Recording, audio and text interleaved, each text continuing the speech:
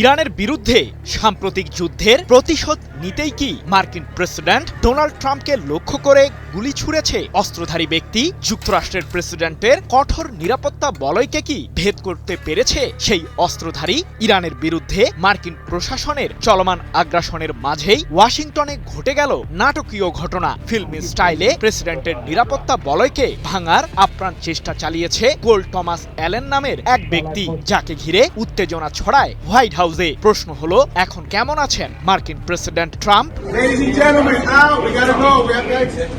White হাউসের সংবাদ সংগ্রহে নিয়োজিত বিভিন্ন গণমাধ্যমের সাংবাদিকদের সাথে নৈশভোজের অনুষ্ঠানে যোগ দিয়েছিলেন ট্রাম্প। সাংবাদিকদের কট্টর সমালোচক এবং একাধিক সংবাদ মাধ্যমের বিরুদ্ধে মামলাকারী ট্রাম্প প্রেসিডেন্ট হিসেবে প্রথমবারের মতো সংবাদপত্রের স্বাধীনতার বার্ষিকী উদযাপন অনুষ্ঠানে যোগ দিয়েছিলেন। এ সময় ভাষণ দেওয়ারও কথা ছিল তার। নৈশভোজের ওই অনুষ্ঠানে ট্রাম্পের পাশাপাশি অংশ নিয়েছিলেন মার্কিন ভাইস প্রেসিডেন্ট জেডি ভ্যান্সও।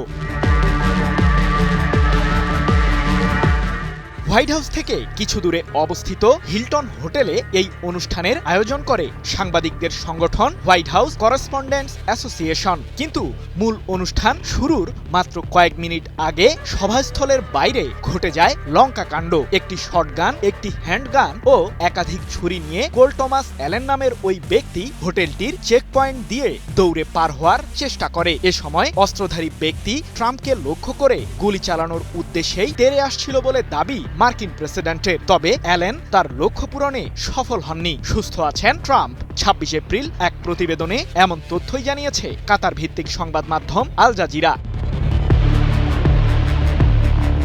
এদিকে মার্কিন প্রেসিডেন্টের মূল নিরাপত্তা বলয়কে ভেদ করার আগেই অস্ত্রধারী ওই ব্যক্তিকে ঘিরে ফেলেন যুক্তরাষ্ট্রের সিক্রেট সার্ভিস এজেন্টরা। এ সময় বেশ কিছু গুলি বিনিময়ও হয়েছে। যদিও অ্যালেনের ছোড়া গুলিতে একজন নিরাপত্তা কর্মী কিছুটা আহত হয়েছেন বলে জানা গেছে।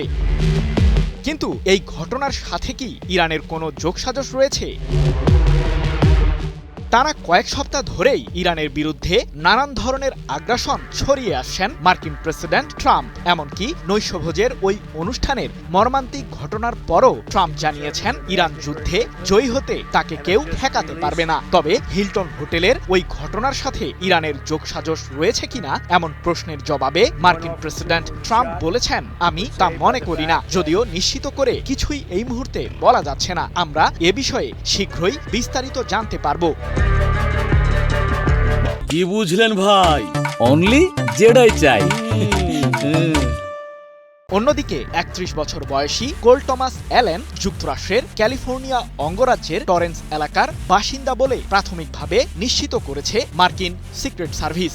আর ওয়াশিংটনের পুলিশ প্রধান জেফ্রি ক্যারল বলেছেন, অস্ত্রধারী ব্যক্তি হিলটন হোটেলেই অবস্থান করছিলেন। তবে এই ঘটনার পেছনে তার আসল উদ্দেশ্য কি ছিল সে সম্পর্কে বিস্তারিত তদন্তের পরই জানাতে চেয়েছেন জেফ্রি ক্যারল।